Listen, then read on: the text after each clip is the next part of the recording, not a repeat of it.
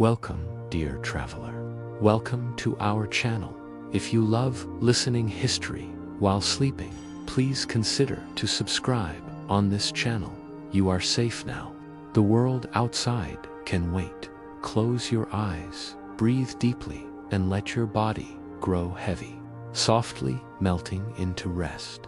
Tonight, we sail back through the river of time, to marble streets and golden laurels, to whispers of conspiracy and echoes of empire. This is the story of Julius Caesar, his rise, his fall, and the twilight of the Roman Republic. No need to remember, no need to analyze. Just float gently through the story and let sleep come as softly as the Roman dusk. Rome, the eternal city, a place of triumph and tension. By the time Julius Caesar was born in 100 BC, the Republic was already beginning to crack. The Senate clung to ancient rules, but the world was changing. Caesar grew up in a noble family, the Iuli, proud but not powerful. He was only 16 when his father died, and in the silence of that loss, something stirred within him, an ambition that would shape the world. He studied rhetoric, law. He charmed, persuaded, and observed. He learned to speak not only with words, but with silence, with posture, with presence. From the beginning, he knew that power was never given freely. It was taken, but it could also be earned. Caesar served as a general in distant lands. He crossed rivers, climbed mountains, and commanded legions that loved him like a father. In Gaul, he spent nearly a decade waging war. He wrote of his conquests in calm, clear Latin, lines that would echo in classrooms for centuries. The people of Rome adored him. They saw in him something different, a man of the people, yet born of patrician blood, a conqueror, but also a dreamer. The Senate, however, began to tremble. His fame grew too quickly. His loyalty seemed split between the Republic and himself. They warned him not to return to Rome with his army, but he crossed the Rubicon River anyway. A small stream, but a massive choice, he whispered. The die is cast, and Rome would never be the same. By 44 BCE, Caesar was the most powerful man in the Roman world. He had been elected consul, declared dictator, and now held the title Dictator Perpetuo, dictator for life. Coins were minted with his face. Statues were raised in his honor. He wore a purple toga, a symbol once reserved for kings. Yet Rome had no kings. It had sworn to never have another. The last king had been driven out 5 centuries before, and now the old fears began to stir again. Caesar, it seemed, was untouchable, but behind the marble walls of the Senate, whispers grew louder. Plans began to form. He had too much power. He was too popular. He was no longer a citizen. He was becoming something else. It is now the night of March 14th, 44 BCE, the eve of the Ides of March. Caesar dreams.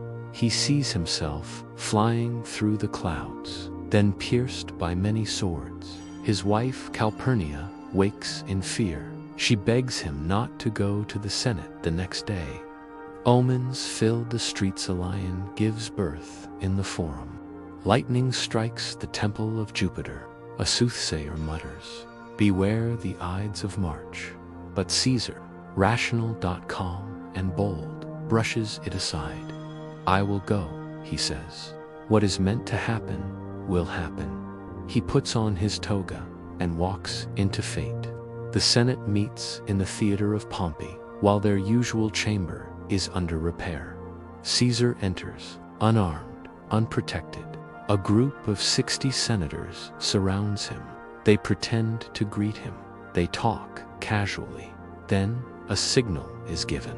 A dagger flashes. Caesar gasps, confused, then angry, then silent. Blow after blow falls. 23 wounds, some shallow, one fatal. Among the attackers is Brutus, whom Caesar loved like a son. He turns to him and speaks softly, "Et2, brute, even you." And then, at last, he falls. The senators believed they had saved the Republic. They ran into the streets, crying, "Liberty, liberty." But there was no celebration, no return to peace, only silence. Then chaos. The people mourned Caesar. Rome grieved. Violence broke out. Mark Antony gave a funeral speech, so moving, so clever, that it turned the crowd into a mob. They burned Caesar's body in the streets. War followed.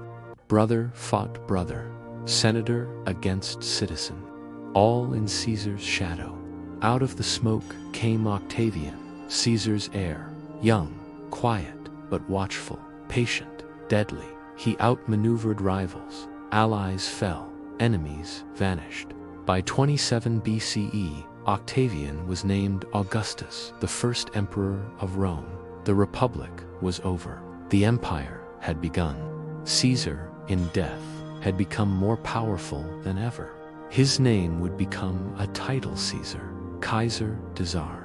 Even now, his story lingers, in statues and in stone, in books and in whispers, in dreams and in nightmares. He is the man who walked too far, who reached too high and changed the world. His life teaches us that power is never simple, that ambition can lift or destroy, that even those with good intentions can light fires they cannot put out, and that the fall of a republic can begin with fear. And now, your journey is ending. The streets of Rome fade into silence. The marble columns dissolve into mist. The stars above the Forum wink out, one by one. You have walked through history, and now you rest. Breathe in, slowly, and breathe out. Let your body feel heavy, and your thoughts drift away. You are safe, you are calm, and you are drifting deeper and deeper into sleep. Good night, and may the echoes of time bring you peace.